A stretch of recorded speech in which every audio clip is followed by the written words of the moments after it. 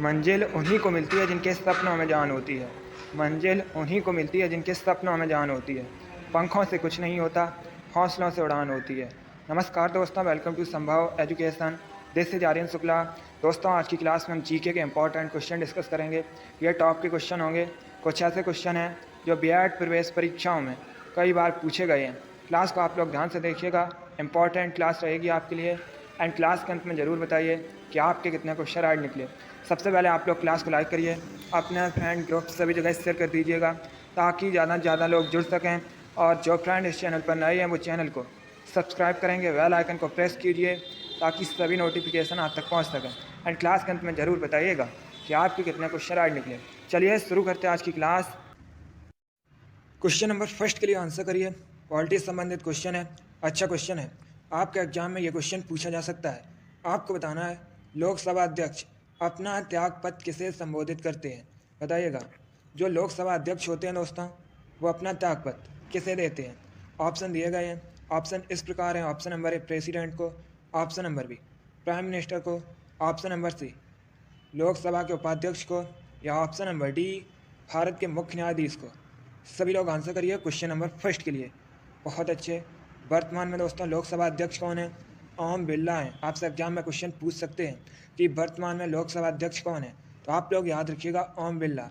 अब आंसर करिए question number first के लिए। गुड, बहुत अच्छे। इसका right answer option number C होगा, लोकसभा के उपाध्यक्ष को। Yes, option number C correct answer है।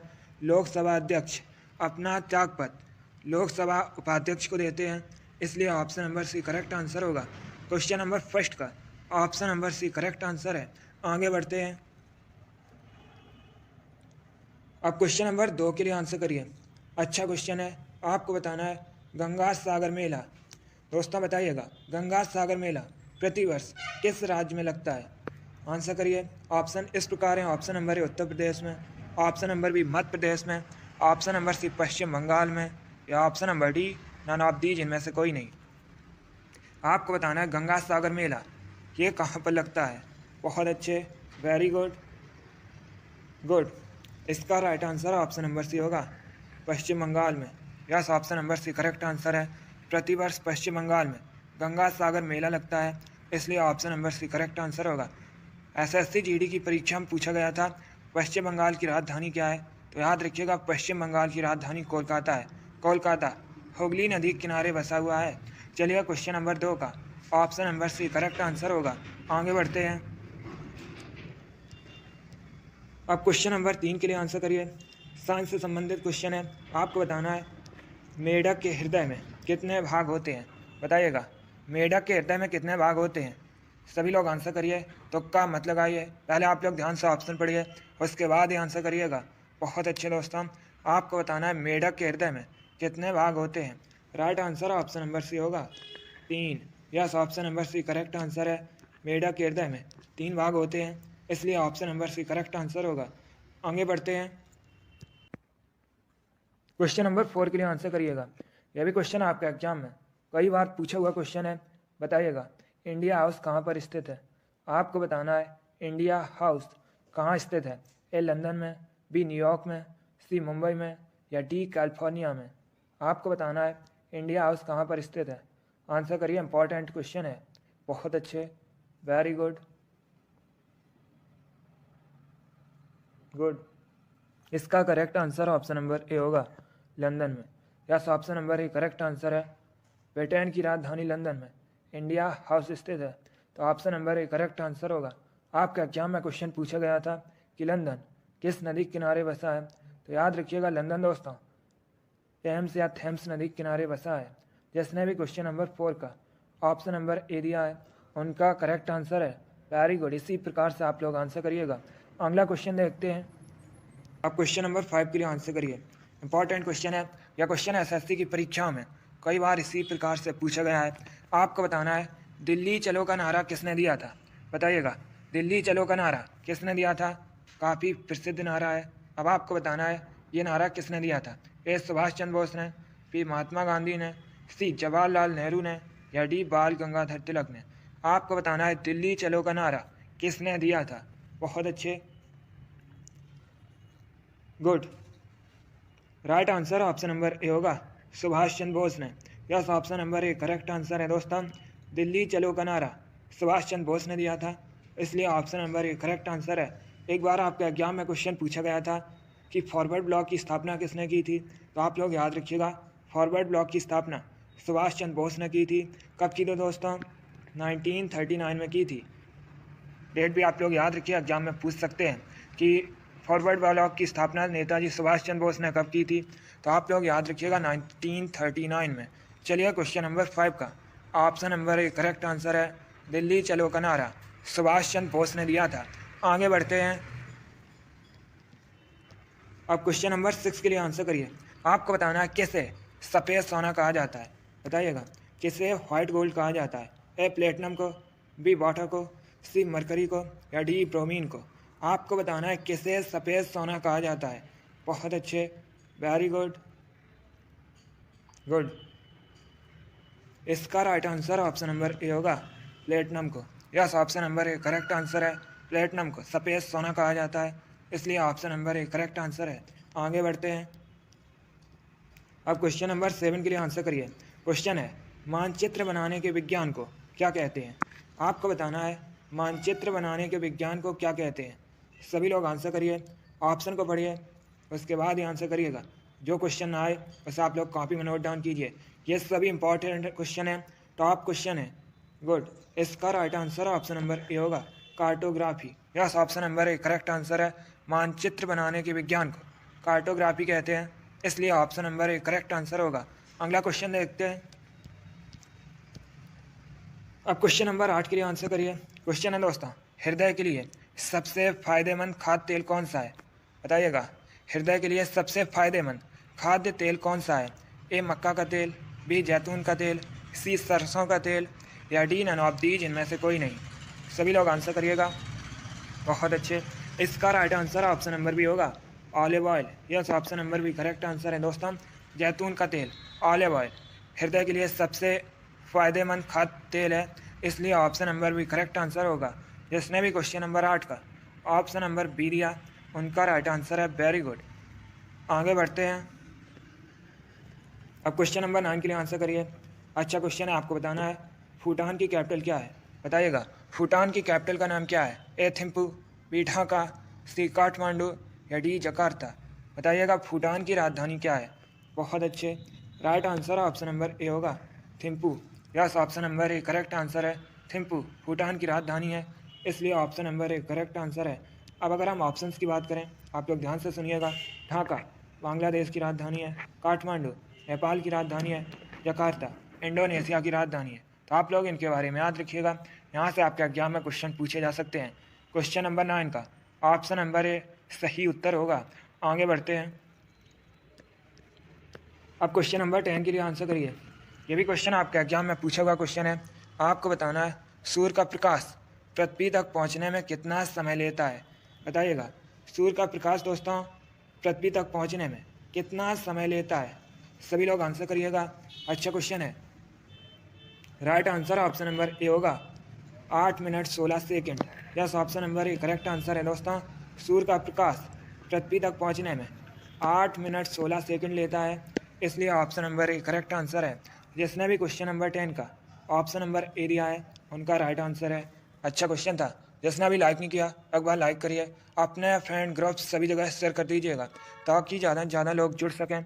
और जो फ्रेंड इस चैनल पर नए हैं वो चैनल को सब्सक्राइब करेंगे, बेल आइकन को प्रेस कीजिए ताकि सभी नोटिफिकेशन आप तक पहुंच सकें। आगे बढ़ते हैं, अब क्वेश्चन नंबर 11 के लिए आंसर करिए। यह भी साइंस से संबंधित क्वेश्चन है। अच्छा क्वेश्चन है, आपको बताना है अमोनिया का केमिकल फार्मूला क्या होता है, बताइएगा। अमोनिया का केमिकल फार्मूला क्या होता है। बहुत अच्छे, देखिए इसका right answer option number C होगा NH3। Yes, option number C correct answer है दोस्तों। NH3 अमोनिया का केमिकल फार्मूला है, इसलिए option number C correct answer होगा।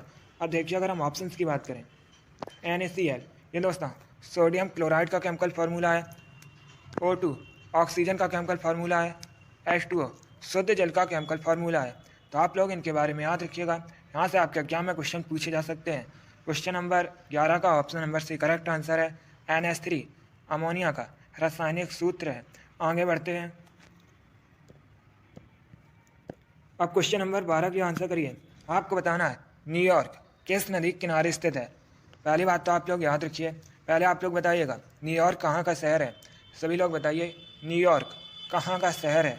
वेरी गुड, बहुत अच्छे, गुड। यस दोस्तों, न्यूयॉर्क यूएसए का शहर है।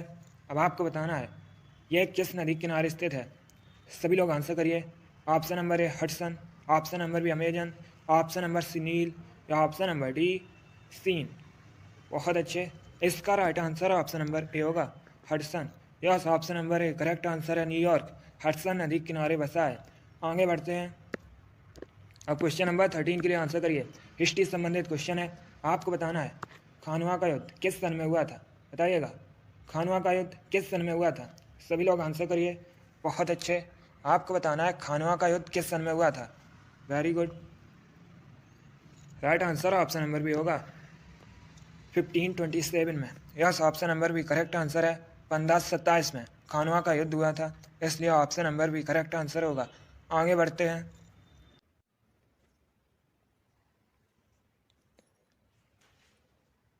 क्वेश्चन नंबर 14 के लिए आंसर करिए। अच्छा क्वेश्चन है, बताइएगा रडार यंत्र किस काम में आता है। आपको बताना है रडार किस काम में आता है। ऑप्शन को पढ़िए और उसके बाद आंसर दीजिएगा। आपका एग्जाम में क्वेश्चन पूछा गया था कि रडार का फुल फॉर्म क्या होता है, तो याद रखिएगा रडार का फुल फॉर्म होता है radio detection and ranging.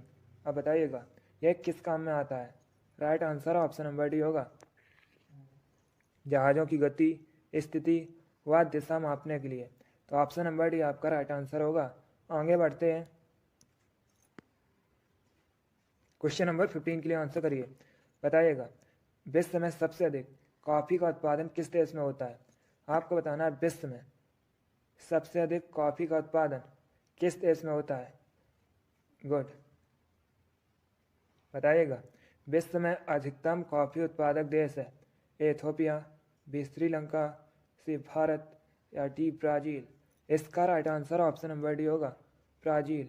Yes, option number D correct answer है। विश्व में सबसे अधिक कॉफ़ी का उत्पादन ब्राज़ील में होता है, इसलिए option number D correct answer होगा। अब अगर आपसे एग्जाम में पूछा जाए भारत के किस राज्य में सबसे अधिक कॉफ़ी का उत्पादन होता है, तो याद रखिएगा कर्नाटक में दोस्तों भारत में सबसे अधिक कॉफ़ी का उत्पादन होता है। और अगर आपसे पूछा जाए भारत में सबसे अधिक चाय का उत्पादन किस राज्य में होता है, तो याद रखिएगा असम में भारत में सबसे अधिक चाय का उत्पादन होता है। चलिए क्वेश्चन नंबर 15 का option number D correct answer है। विश्व में सबसे अधिक कॉफ़ी का उत्पादन अधिकतम कॉफ़ी उत्पादक देश ब्राज़ील है। आगे बढ़ते हैं।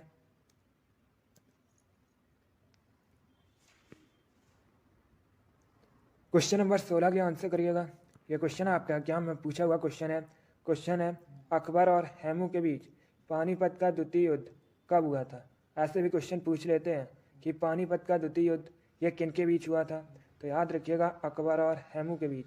अब बताइएगा किस सन में हुआ था, कब हुआ था। करेक्ट आंसर ऑप्शन नंबर भी होगा 1556 में। 1556 में पानीपत का द्वितीय युद्ध हुआ था, तो ऑप्शन नंबर भी करेक्ट आंसर होगा। अगला क्वेश्चन देखते हैं। क्वेश्चन नंबर 17 के लिए आंसर करिए।